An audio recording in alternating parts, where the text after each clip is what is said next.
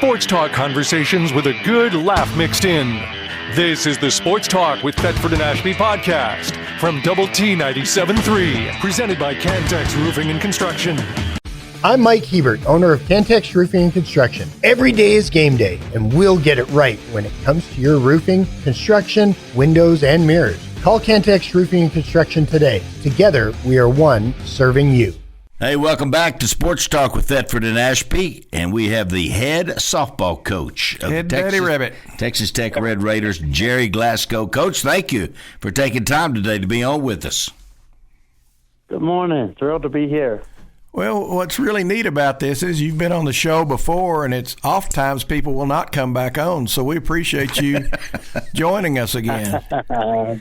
Hey, when you're winning, you want to talk about it. When you're losing, you want to hide. The people that are losing are hard to get on, but you're winning, and we're proud of you, boys. We're all right now, so hopefully we can keep it that way. I bet you do. You had swept the doubleheader yesterday, and Kennedy got both wins, didn't she?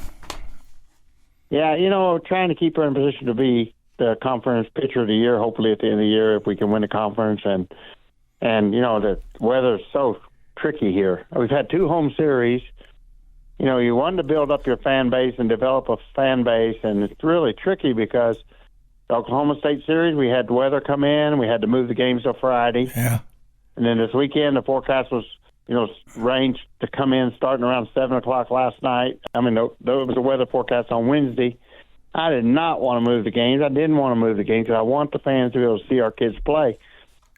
But you also have to play these games in order to, if you want to be the conference champions, you got to get your games in. So, and the conference expects you to move the games if you have to get them in. So we ended up having to move that game to 2 o'clock, and then move the Saturday game to Friday game, which you can see now when you look outside. It's icing here in the parking lot. I mean, it's really icing. Yeah. And we wouldn't have played it all today. So it didn't really knock the fans out seeing the game today because we wouldn't have played anyway. But I hated to move the game because I wanted those fans that had bought tickets all weekend to get to see our team play. And we've got a really phenomenal team, an exciting team. And I'm just hoping the weather will stop. I hope the snow doesn't accumulate and the ice doesn't accumulate so much that we can't play tomorrow afternoon because it looks like the weather's going to be beautiful at game time as long as we can get the field ready to play. Well, and Fridays you'd sure rather play at night because there's nothing better than Friday night under the lights with softball and baseball. Absolutely. Yeah, anytime you can get Naja Candy with her rise ball under the lights, it's extremely more. Her pitches are so much more effective under the lights than they are in the daylight. It's hard to see them in the daytime, but if you get her in the lights, it's really hard to see the spin on the ball, and she's so effective.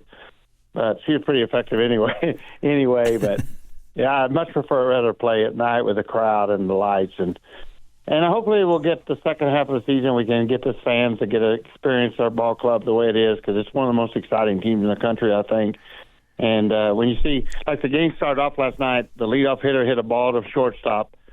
Tony, the freshman shortstop, made an elite play on the ball, threw her out at first. And the second hit of the game hit a ball, and Maya Davis caught it over the shoulder, running straight backwards with her number straight to home plate, caught that ball over her nose with a basket catch, just like Willie Mays. Exactly like Willie Mays caught the ball and crashed into the wall half a step later. And, if those 2 kids are on base, they hit a 3-run homer the next batter. Instead, they get a 1-run homer, a solo home run. We're down 1-0, no big deal. We take the lead 3-1 at the end of the first and take control of the game. But the defense this team plays is really outstanding. It's outstanding athleticism. Everybody thinks offense, and we all talk offense, but you win with pitching and defense, and these are elite athletes that we've got here on campus. And I hope at some point the crowd and the Texas Tech fans get to come out and see them play and begin to we can begin to develop a fan base. And at Louisiana, we had 1,500, 2,000 fans at every single game, and the weather caused a lot of chaos yesterday, and we're playing in front of 300 people. That's not what we want. We want to get this thing to where we can pack the house and really have a home field advantage. And we had a really good crowd with Oklahoma State. So I know they're there. I know the fans are wanting to be a part of it. the weather caused chaos, and I apologize that we had to move the games, but it's just the way it happened. You can't control all of that, Coach, but boy, we're playing. And I'm so glad to hear you talk about, we talk about Kennedy so much. Najee's so good. I mean, she was National Pitcher of the Week last week. But to hear you talk about your defense and your hitting, Coach, that's another thing. I think we hit the ball pretty good, didn't we? But we're getting better. We come a long way. We're a very poor hitting team. At the beginning, we didn't understand. We still don't understand all the concepts of offense correctly, and when it's time to move a runner, when it's a time to be aggressive in the count, when it's a time to look at pitches and be patient. We've still got improvement that we can make, but we've really came a long ways offensively. But defensively, we have elite athletes on the field. Bailey Lindemuth at third base is playing third base at a level among the best third basemen in the country. I would say she's definitely playing at a level of defense equal to the top 5 third basemen anywhere in the country. UCLA, Oklahoma, I don't care. Put the top 5 third basemen in the country, she's there. Haley Tony, right now, the second half of the season, this last third, we take out the first 20 games, getting the freshman jitters out of the way, where she was making outstanding plays, just outstanding defensive, athletic plays. But there was some nervousness there, some freshman jitters that, you have to go through that maturity process. This last third of the season, I think it's like 2 errors, and there's been just outstanding play after outstanding play. And she's playing on par with the top 5 shortstops in the country. And then Langler's at second base is just immaculate. She's just a tremendous, tremendous second baseman.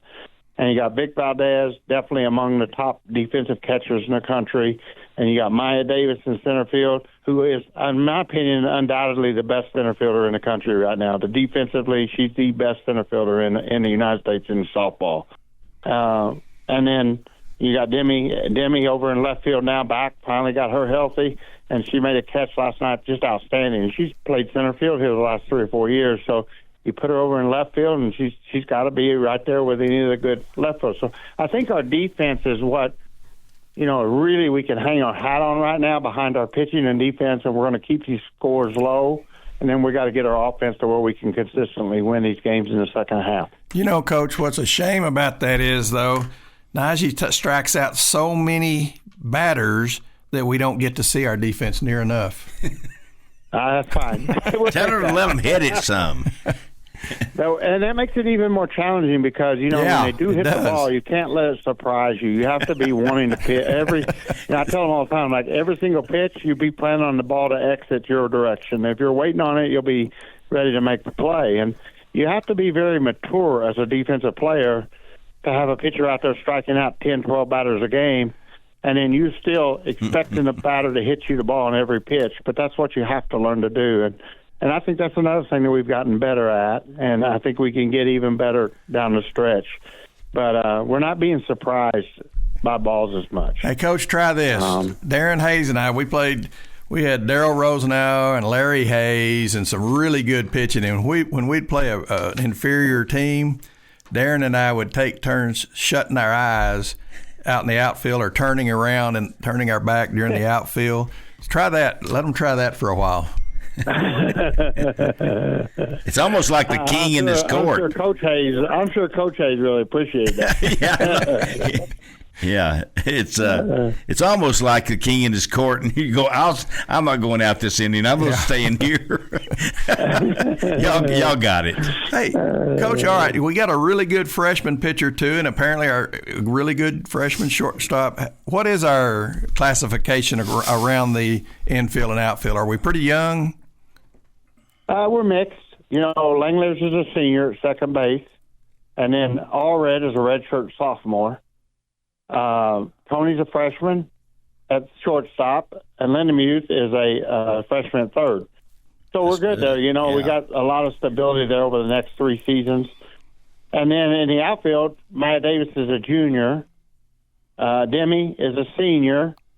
And then we've kind of played a little bit of everybody out in right field, but Alon Johnson, for the most part, is a junior. And then Valdez behind the plate's a junior. So we're set to bring back almost our entire club, with the exception of second base and left field. So I think we look really good for next year. This isn't a one-year thing. The plan is, I totally believe we can continue to improve and build our program even to a higher level next season. Well, and girls don't leave to go play pro softball, do they? I mean, leave after their junior year nobody will or leave something early. like that. Nobody graduate early. Yeah. And what we're really hoping, what we're really hoping is that this new 5-year eligibility rule goes through, like the rumors are, that after the April 7th, which is, by the way, that's Monday or Tuesday, the judge is supposed to sign up on the new legislation this week. And supposedly after that, sometime this summer or this fall, they'll go ahead and grant all athletes 5 years eligibility because of the ruling on the Vanderbilt quarterback. From junior college kids now know they can go to junior college, play a year, and then come and get 4 years of college eligibility in the NCAA. There's a very strong chance that they're going to grant all NCAA athletes 5 years eligibility. If they do that, man, we could be really set here for 3 years with an even extra year of this talented class that we have in our junior class that we didn't plan on when we did all this, but well, fingers are crossed that will go our way. Are you loving it, Coach? Yeah, with softball players, you would expect them to stay and participate for 5 years for the most part. Are you loving it here in Lubbock at Texas Tech? And how about Kennedy? It seems like I've heard great reports that she just loves it here. She's an amazing person. She's a great softball player, and the most fun thing about it is when you get to know her, she's an amazing human being, an amazing person.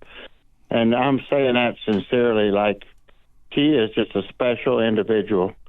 And that makes it all more real, more worth it, more just very fortunate to get to come to work and have a star athlete. Sometimes you have star athletes that are really good on the court, or they're really good on the playing field, but then when you get off, you're dealing with issues and you're dealing with problems nonstop, and you're dealing with personality problems and character issues in the locker room. It's 100% opposite of that with Naja. Naja is just high character, high moral, high everything about her is class. Her grades are incredible. The way she treats her teammates is incredible. She wants to sign every single autograph for every little girl in the parking lot after the game. You don't have to make her do it. She wants to do it. She stood in a rainstorm in Kansas City, a rainstorm, and signed every last one of those kids' balls. And I was sitting out looking out the bus window thinking, man, that's just such a rare human being in 2025. So that's what's really, we got a lot going there. We got great leadership in our clubhouse right now, and it's showing, and that's why we're improving as a ball team.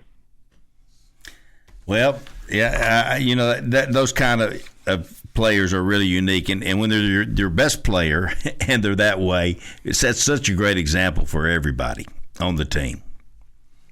Yeah, first one to work, last one to leave, wants extra every day, wants to hit extra, wants to field extra, wants to pitch extra, wants to be prepared, wants to look at the film, very diligent in her preparation.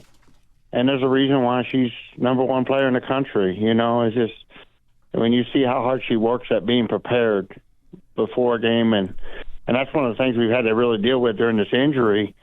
I mean, she's pitching with a major injury, and we're having to be so careful, and it's caused a lot of stress. But her mindset is she has to be 110% prepared for every single thing coming up. And yet, with this injury, we need her to kind of limit her preparation to the bare minimum in order to be to allow her body to heal and be ready. So it's contradictory, and she's been just been a pleasure. It's hard for her to accept, but she handles it all with such grace. That tremendous athlete and very just a once in a lifetime athlete for a coaching staff to be around. Well, throwing a softball is a more natural motion for a human than throwing a baseball overhand. If she's 100% healthy, could she throw every inning of a 3-game series? Yeah, I think probably she could. she's that strong and physically that gifted that she almost, I think she probably could. I don't think you would ever want to do that. I don't think you want to find out. But, and we're very fortunate. The injury she has is in a specific spot that it isn't affected by pitching. It doesn't allow her to run. It doesn't allow her to do a lot of activities, a lot of things, but the actual pitcher motion has no strain on her injury. So we got a really, really lucky break there. If it had been on the other side of her body, it would have been just the opposite. So we were very fortunate in that sense. But, yeah, she's just that kid that's so gifted at what she does, and she's very efficient with her pitching motion. She's able to throw a lot of innings, and she wants the ball.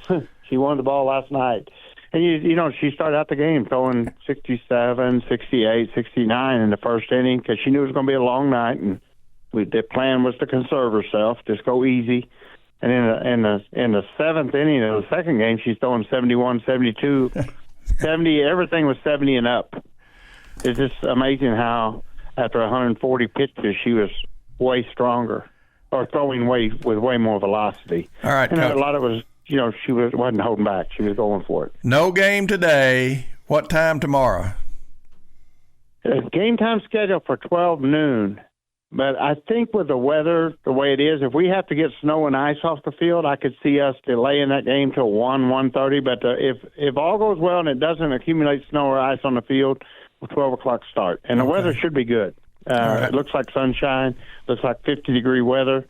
My only concern is if we do have an accumulation of ice and snow, we're going to have a little bit of time to get that off the field. Coach, we're proud of you. 10-1, you lead the Big 12. Iowa State's in second at 7-4 in the conference, but y'all are doing great. Thank you for being on the program today. Appreciate you. Yeah, hopefully we can get this game tomorrow. I'd love to go into the second half 11-1 with a 12 games to go and a 4-game lead. That'd be a great play, a 3-game lead, whatever it is. There you go. It'd be a great place to be. Y'all are doing great. See you later. Appreciate you. Thank you.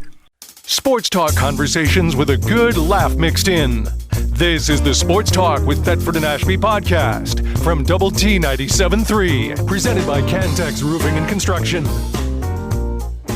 All right, before we get to Bubba, real quickly, tomorrow the first 200 dogs at the baseball stadium. It's supposed to be a nice day tomorrow.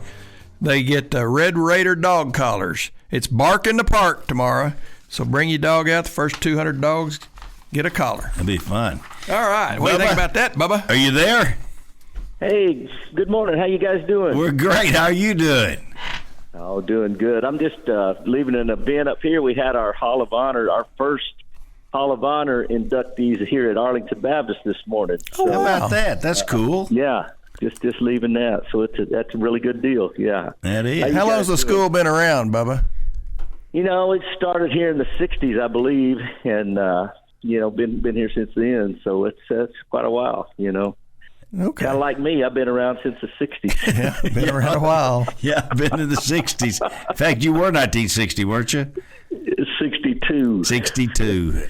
Well, you just got the honor, didn't you? I watched the video of Kirby and Will telling you, and that is you said, I can't remember exactly what you said, but you were kind of shaking or something. That's impressive.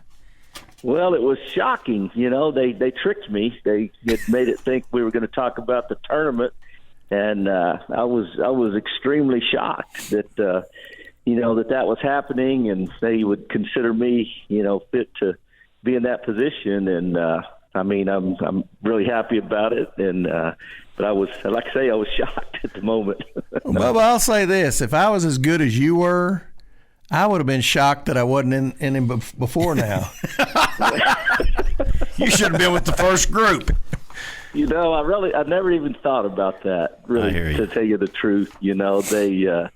There's some great people up there, and I just never even thought about that. Yeah. So it was really a shock. You're easy to surprise, aren't you? I am. I completely forgot how good I was. Yeah. And the best game I ever saw Bubba Jennings play, ever, was Clovis against Hobbs over at Hobbs that night. How'd you get in? Room only. Well, we were coaching then.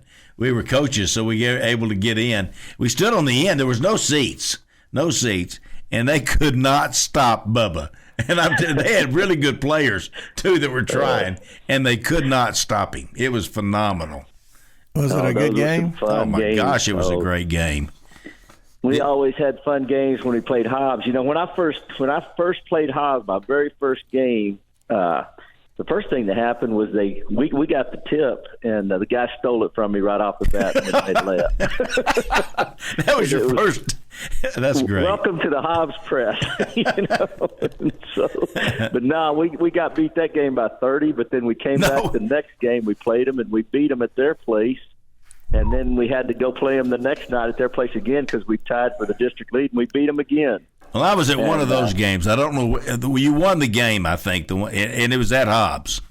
Yeah, you know, we did beat them at Hobbs a couple of times. Now, my senior year, we played them 5 times my senior year. We beat them the first game at Clovis, and they beat us 4 times after that. And, well, they beat us in the state championship game, you know. So that was a really good game as well. We need to get Will Taylor on the show. Yeah, or somebody. Absolutely. He's the man, yeah. No. And you played for your dad? Yeah. No, I didn't. You didn't? My dad. My dad, taught me the game and worked with me and came up with gadgets, to help me. But Jimmy Joe Robinson was actually my high Jimmy school coach. I'd forgotten that. Are your parents still alive, Bubba? Yes, sir. They're still going. They live over in Clovis, and Jimmy Joe passed away a couple years ago, and but yeah, my parents they're still going. My grandmother lived to 108. So we may have a few years to go. Well, at least your parents get to come see you inducted. Yeah. Yeah, that'll be. Now, great. your dad's name is Brooks, right? Yes, sir. And your mom's name is Sue. Yeah. All right. Well, that's cool. And you're going in. They're going to put your name on this deal, and it's going to be up there with Rick Bullock, Andre Emmett, Dub Malace, and Jim Reed, and Jason Sasser now. Right. Yeah. I thought there was more than that. Okay. No. That's it. Yeah, that is. Yeah, elite. That's tall a cotton. Special deal. That really is special being up there. All my understanding and everything of Tech basketball was Rick Bullock. That's all I ever heard about was Rick Bullock. And I got a chance to meet him. We had a deal out at Tech, and I got a chance to meet him. He's a great guy. And, did some great things. It was a little bit before my time. But, and then, of course, I knew about Dub. Dub was a big influence in recruiting me to come to Tech. He actually gave me a job. I worked for him during the summer, and so that was a lot of fun to work for him. But my understanding, he was really, really good. I think he scored 50 or something against Texas. Yeah, he did. I was listening to that game, and I don't know why I was in the garage listening on one of those little radios. We had it on TV, didn't we? I think it was on TV. Was it? Maybe I watched it then. Yeah, I was watching it on TV. Yeah. Well, he was something else. Yeah, that was great, So, and I heard about Delray Mounts. I heard he was a really, really good player back in those days, But, there's and Jim Reed. Jim Reed was. I think he was really tall for back in his day. He was really a great Jim jumper. Reed's on that. He's in the Ring of Honor, isn't he? Yes. Isn't Jim Reed in there? Yeah, Delray's not on there yet, so that tells you how good you were. Because you beat Delray Mounts to the deal, and he may make it someday. But 1,760 points, 9th all time at Texas Tech in score. I don't know if that includes this year, but Southwest Conference Player of the Year at 5. How tall were you, Bubba? I was 5'10". 5'10", yeah. And he won that Little Guys Award, too, that Francis Pomeroy Naismith Hall of Fame National Player of the Year given to anybody under 6 feet. The Wee Award. The Wee Award. Bubba won the Wee Award. I think the thing was I was the only player. I think that's what the deal was. I think Gerald was like little team All-American or something. Yeah, probably was. I think he was. Yeah, he was. Yeah. And Coach Myers. Yes, that's stating it like a fact. And we do that all the time, and it doesn't matter. Hey, didn't you almost beat Gerald? Didn't Gerald have the free throw percentage record? And didn't you have a chance to beat that? Yeah. That is true. He had the free throw record, and I was right there with him. I think both of us were right at 87 points something, and I may have missed some. Well, he called timeout with the freezing. Yeah, he froze. If you make this, you'll break my record. We need another timeout. But that's not a great percentage. 87. That's not a great free throw percentage. I'm disappointed. I wasn't a little better than that. After going through coaching and all that stuff. I should have been in the 90s. No question. You really should have been. You were actually at 85.1. You were worse than you think. I think the free throw line was further back. Well, if you think about it, Bubba, you had to shoot it further than most players. Yeah, that's right. That's right. He's sixth all time in assist, 378 and 156 steals. It paid off playing Hobbs. I had a lot of, I think when I finished my career, I think I was first in assists, second in scoring, and first in steals, But now they got all these other guys, and, they play more games now and everything. And so all those records are not there anymore, probably, So anyway, but I've really enjoyed my time at Tech. It was a lot of fun. We got to have a lot of great experiences with a lot of good guys. And, Coach Myers did a great job of coaching, and got to play against, I always tell when I recruit kids, I always ask myself, who's the greatest player that's ever played this game? And half of them now, think LeBron is, but I always tell them they're wrong, that Jordan was the best. And I got a chance to play against him, when I was in college, and, of course, Olajuwon, Drexler, and all those guys. So that was that's something to talk about now that you get old. You got a text here from J.J. Johnson, and you'll probably remember this. Remember when Coronado played Clovis over in the Reese tournament? Remember Reese used to have a basketball tournament? Oh, wow. And I remember that. They had a good team. We played them in the final. I was coaching there yet, and Sam Law and J.J. Johnson, and J.J. sent this in. He said, remember, we got in trouble by Coach Barry Arnwine doing warm-up because we were watching Bubba shoot on the other.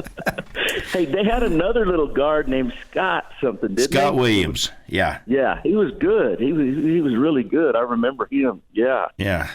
You should say you remember Sam. Sam was a whole lot better than him. Sam Law. Sam was a good player. Yeah, he was a good player, but that was a tough game for us, and we didn't have very many tough games. I know. Y'all cheated us right there at the end and won. Yeah, we we cheated some of those games so we could win. But y'all were so good. Nelson France was on your team, and y'all were like a 1-2 punch that nobody could handle. Yeah, but Nelson wasn't there that year. That was my senior year. He was with Jimmy Joe somewhere. Didn't Jimmy Joe come to Coronado and coach? He did. He did. That was my senior year in college, and he coached Todd Duncan. He coached him his senior year. And Jimmy Joe was a great coach for guys like me and Todd because he let us shoot whenever we wanted. We had the green light. Yeah. And he didn't care. He didn't care if we took bad shots. And he was a real player's coach. He wasn't trying to work it around and get the best shot. He was just trying to, get a shot up. Don't you love it? You'd have had trouble playing for Coach Mahaka. You would have. Yeah. You'd have been on the bench, son. Yeah. From what I understand. Well, I watched that this year because that's exactly the way that Jill Snyder handled Aaliyah Chavez. She shoot it whenever she wants and however she wants. Yeah. Coach Mahaka is a great guy. He used to come out when Coach Knight was coaching. He used to come out and we used to sit there and visit a lot during the practices and stuff like that. Really enjoyed, sitting there and visiting with him. And we actually played him back when Elo was there. We played him in the Hereford tournament. Wow. How about that? We had a really, really good team. That was my junior year, and we ended up beating them. But it was fun to play against him and play against Elo. Yeah. Well, all that's to be said. You've had an unbelievable career, and you've been a coach at Tech, and of course played at Tech. And we're just so proud of you. And you're just a great human being, and you've had good raising, haven't you? You had good parents and good family, and it shows. Yeah, I had really good parents, and I had a really good community to grow up in, and I had good coaches. All the way from we called it in Clovis, we called it Play Incorporated.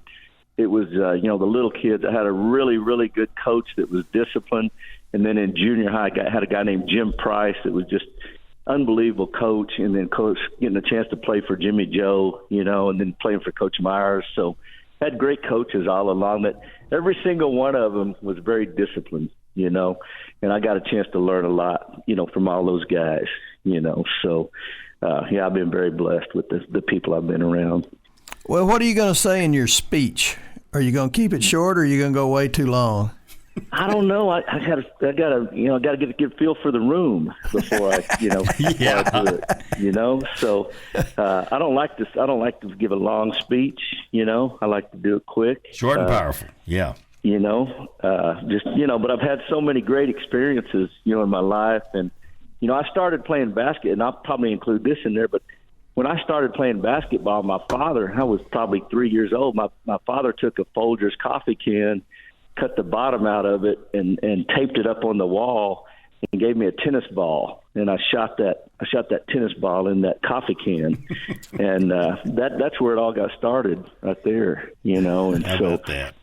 obviously he taught me and coached me and came up with different things all along the way, all the way to the guarding me with the tennis rackets, when I was in high school and college, and so without him, obviously none of this would have been possible. But I really, really enjoyed it, and enjoyed being around the good people, not only at my school where they're good basketball coaches, but there were good football coaches and good teachers and administrators, and so lucky to be in that spot, at that time. Did you play football, or what other sports are you good at?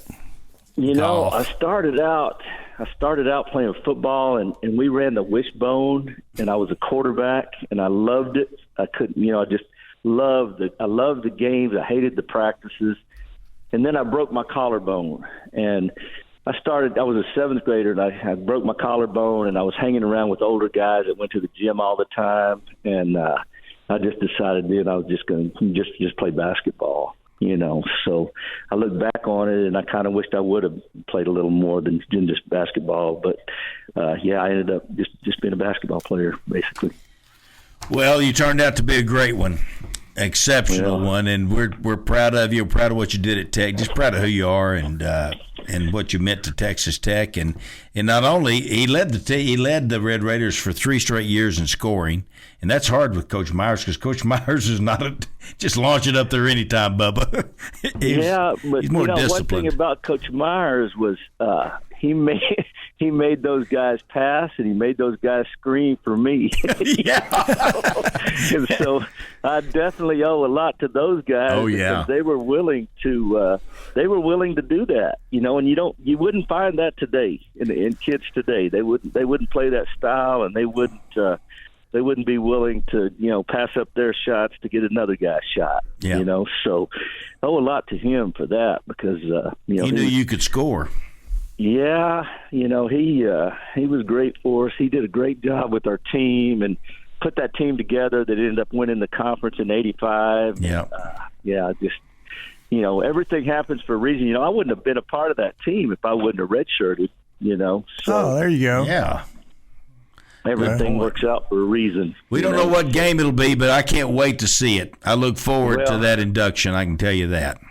I'm looking forward to seeing you guys. You guys are great, and I really appreciate you having me on. So, you're a let good me know friend. what I can do for you guys. Well, if you're ever in town, come hang with us, and we'll go play golf. Yeah, sounds good. I'll play golf anytime. There you go. All right, buddy. Appreciate you doing this, Bubba. Bubba Jennings. Congratulations. Okay. Thank you. All righty. You bet. Bye-bye. Bubba Jennings, Hall, Ring of Honor. Really good guy. Really good. Really good guy. We'll have Jason Sasser, not next, but in another Soon. 20 minutes. We'll have him. Sports talk conversations with a good laugh mixed in. This is the Sports Talk with Thetford and Ashby podcast from Double T 97.3, presented by Cantex Roofing and Construction. We mentioned Connecticut earlier in the show, and they're new. They're new with us. They're not new with the station because we have had Connecticut here at Raymar, as part of the deal. So we're looking forward to having Connecticut with us for years to come. So anyway, right now we've got Jason Sasser. There you go. Ring of Honor, going to be inducted to Texas Tech basketball. Jason, thank you for taking time to be on, and we're proud of you. Man, what a career. The ultimate warrior. Did they still call you that? My wife does. Your wife. I hope it's a compliment. My teammates, they still mess with me and joke around a little bit, but I think the name was very fitting, so I enjoy having that nickname. Well, it was. You were an amazing competitor. In fact, you're one of the all-time greatest competitors ever at Texas Tech, and I appreciate that. That's quite a compliment. Yeah, it really is. And the other deal, you played on one of the greatest teams, in my opinion, and I know that not everybody agrees with this, but in my opinion, the greatest team that's ever played at Texas Tech. And there are only a couple of others that I would put in that category. The 2019 team that went to the finals, yes. And Dub Malace and his team back in the 60s. There was one team that they had that. But y'all, in my opinion, y'all were the greatest team that's ever played. Well, that's funny you said that. So in our group text with all the former players and stuff, they had sent me congratulations, telling me thank you. I mean, just appreciating me getting inducted into the Ring of Honor and things like that. And I just wrote them a long text and told them, hey, man, without you guys, without that team that we had, I believe it was the greatest Texas Tech team ever. And this is my direct quote. I just hated that we didn't get a chance to go to the Final Four and win a national championship because, if you don't do it, people can always have their debate and argue. So, and when you do it, it's stamped in history. So I hated that we didn't get a chance to do it. But, it's a one-and-done situation. That's what Must Madness is all about. It's fun. But if you look at basketball and really know basketball, I think that was one of the greatest teams. And then it's up for argument and debate because the team that was about to win a national championship, I was right there waiting to celebrate, and it just turned around on them in overtime. And then we had some more teams that were really great. So overall, Texas Tech basketball is in a good space right now. No doubt about it. Hey, didn't you grow a lot once you came here to Tech? Because I didn't as much, maybe 2 inches, but Tony Batty is the one that probably grew about a foot, 3 to 5 inches. He was about 6'7", so I think he grew to about 3 to 5 inches, ended up being like 6'11". Okay. Yeah. All right. That was such a fun team, such a great team. And you really were such a warrior. When you got the ball, a lot of times I would go, what's he going to do? And you would just relentlessly go to the basket with it. Well, Lance Hughes, my nickname when I got there, I'm from Dallas, Texas, but suburb Oak Cliff. So I used to be called OC anyway for Oak Cliff. But when I got there, Lance Hughes used the OC for out of control because he said when I was a freshman, I would just get the ball and just try to get to the basket, running over anybody in my way. So he would say out of control. But no, it was just so much fun. A lot of the football guys that were there, also a lot of the former Texas Tech athletes in the group text, they reached out to me, and we just reminisced on how great of times we had at Texas Tech during those years. And again, it's just steady getting better and steady progressing. My memory of you is your freshman year when you first got here is you reminded me of a newborn colt. You just, arms and legs and with lots of energy going everywhere. Yeah. Say that again. Like a newborn colt is what Gary said. Yeah, you just sort of arms and legs going and here we go. Yes. No, the thing is I know when I came there at Tech, I was coming from a winning culture. I won state championship, was considered like the number one player out of Texas, Mr. Basketball, top player in the nation and all that. But I knew that basketball is a team sport. I don't care how great of an individual you are.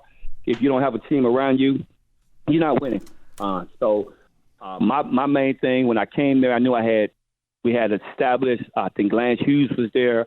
When Flemings was there, and I knew we had something with those two and a few more other guys. And then once we started getting these super great guys coming in from junior college and I hate to say names because I don't want to miss anybody, but I tried. Darvin Ham, you guys can help me. Mark Davis, Bernard Lord coming from junior college. Then you had Jason Morton coming over. We had Carr Smith that came in with me. Janae Cooper. Then you had Brock Bourne, Shaq Collins. Those guys were there already. But those guys, when they came in, they just infused so much energy and that team camaraderie. Who else? Corey Carr. Holly started off with me. So if I missed anybody, I hate to say names if I don't have a list, but we just had such a great team, great camaraderie, and guys pull for one another, and we still are even tight to this day. Corey Carr was on that team. Corey Carr, our new inducted. Thank you. Hall of Fame inductee. We hung out. I was just in Lubbock this year hanging out with him. Corey Carr, yes. And yes, James Dickey. Very instrumental. James Dickey was instrumental too. George, I was just talking about players. Yeah, I know it. But James Dickey, you loved him, didn't you? Yeah, James Dickey, Doc Sadler, Robert Brashear, even Will Fleming after he finished playing coaching. But James did a great job recruiting us, getting us there. And once they got to campus and I was their host, I was making sure that they would sign at Texas Tech. And they did, and it ended up being a great experience, wonderful experience, and we won a ton of games and a ton of championships, Southwest Conference championships. Yeah. Do you get back to Lubbock much? I try to. Again, I was there for Corey Carr's induction. I want to try to get there more, at least 4 or 5 times a year. I used to just at least get there once or twice, come to a game or two, football game or two, and come to a basketball game or two. All right, where are you now? What are you doing now? Right now, I'm in Dallas, Texas. I've been here, born in Dallas, and I've been here over 30 years. I'm not going anywhere unless I get a job out the state or something like that. But right now, I'm back in coaching. Coaching at Faith Family Academy. It's a basketball academy. We have a nationally ranked team, won a national championship this year for the EIBC. Just a lot of top players, and just enjoying coaching. I'm doing a lot of player development. So things like that, just staying around the game, still have a strong love for the game and still have a strong love for young players and developing young men. Well, you were at Red Oak, and you decided, how many years now does this make it for the Faith team? Well, this is my first year. So I was at Red Oak for 5 years as a head coach. Yeah. Before that, I was at Cedar Hill as assistant coach. And then I coached on the pro level with the Texas Legends a year, and over 20-some years of coaching because I was coaching AAU basketball, even coached Little League football, which football is still my number one sport. I still love football. Is that right? Yeah, I'm still doing all that coaching. And I got out of coaching probably about 2-3 years, just focused on my business. I still have a mortgage and real estate business. And then I was just missing the kids, missing just being around those young bodies, and I end up getting back to Faith Family this year. Well, that is great. You know, you finished with 2,102 points at Texas Tech, and that is fourth in Tech program history, and that's pretty impressive. And inducted into the Texas Tech Hall of Fame in 2007. You're going in with Bubba Jennings, and that's pretty cool that you're going in with Bubba because he was a Southwest Conference Player of the Year as well, like you were your senior year. What year was that? He was 1985. 85. Yeah. Okay, so I know Bubba. I know Bubba pretty well. Bubba also, I believe he was coaching at Tech for a while also. But Bubba actually played back in 85, I think 84, 85, 86, maybe with one of the guys that was there when I was there, Wendell Owens. Yeah. So big congrats to Bubba. He's definitely well deserved. And I watched some of the highlights they put out. Yeah, he was a stud. He lighted up. He was a great shooter. I mean, phenomenal. But your career at Texas Tech, Jason, is just and I know you give credit to your team, and I think that they deserve it because it wasn't just you. Y'all had a bunch of good players on that team that went 30-2, and that is really impressive. Yes, that part was good. But the thing I told my teammates, and we were so very confident. I think we ended up losing to Eastern Michigan during the regular season. With Earl Barkins, they had a couple of more guys that played in the NBA. They ended up going to the Sweet 16, beating Duke that year. So they were a really, really solid team. And then we ended up losing that game to Georgetown in the Sweet 16. But again, it's a one-game format. But man, that team, the confidence that we had every time we stepped on the court, we had the confidence knowing that we would win, and we believed in each other. And that's what team is all about. So to have that year with them, I think we also went undefeated in the Southwest Conference that year also. You were. Yeah. Yeah, so it was just great memories, great times. And the guys, the people that were there at the time, I know they still enjoyed it. But I'm just glad that we're still on the map. Texas Tech is still on the map. Texas Tech is still doing great things, especially in the basketball realm. All right, after Georgetown beat you, who did they play and how far did they go on? Because first of all, I believe we were disrespected with the seeding. So we ended up getting a number 3 seed. At that time, I thought we were worthy at least a number 2, if not number 1. There was a lot of, bias, Southwest Conference, bias, whatever conference, power conferences. Not like it is today. So we were 3 seed. We played 2 seed Georgetown. Georgetown ended up playing number 1 UMass, I believe, with Marcus Camby. And I think they had a couple of real tough guards. And they ended up losing to UMass, I believe. Okay. Man, you guys, I remember that now. I would have never come up with UMass if you would have said who won the national championship that year. Well, listen to this, though, David. We're in the Southwest Conference, a good conference, and we had 1 loss at the time. Yeah. And they made us a 3 seed. Yeah, it's ridiculous. I agree with you, Jason. That's horrible.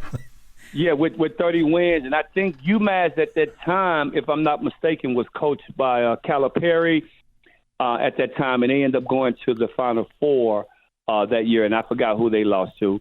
But I'll tell you this interesting. When Calipari took the pro job, I think I was working out maybe with the Nets or whatever, and, I went up to his hotel room, and him and a couple of other assistant coaches while we were just talking, and we just talked about those times back in '96. He was like, man, we were looking forward to playing you guys. And I was saying, Coach, we were looking forward to playing you guys and beating you guys. So we just had a good conversation talking up. But, yeah, Calipari, I think, was the head coach at that time back in '96 with UMass and Marcus Camby. Okay. Jason, we're about to sign off here for the day, but let me tell you how much we appreciate you. You've always been good to do that, and I thank you for your Texas Tech spirit. You got it. And I'm so glad you were a Red Raider, and now you're going to be honored at the highest level in basketball, yes, in the Ring of Honor. Well, I'm hoping we can do this again when that time comes. Thank you guys for always supporting me. Anytime I needed to just express myself or you guys wanted to have me on, man, I just appreciate the love and support. You and bet. to all my Texas Tech Red Raiders out there, Red Raider Nation, let's go. Let's get it. Let's go get them. Are you for Houston? Are you for Houston in the Final Four? For sure. You say it again? Are you for Houston in the Final Four? Yeah, I'm from Houston because my nephew played in Houston, so I'm going to go ahead and root for the Cougars. All right, buddy. Hey, thank you for doing this. See you when you come in. See you then. All right, see you all. Thank you. Bye-bye. You've been listening to the Sports Talk with Thetford and Ashby podcast from Double T 97.3. Catch the show live Saturday mornings from 9 to noon on Double T 97.3 FM or on the Double T 97.3 mobile app.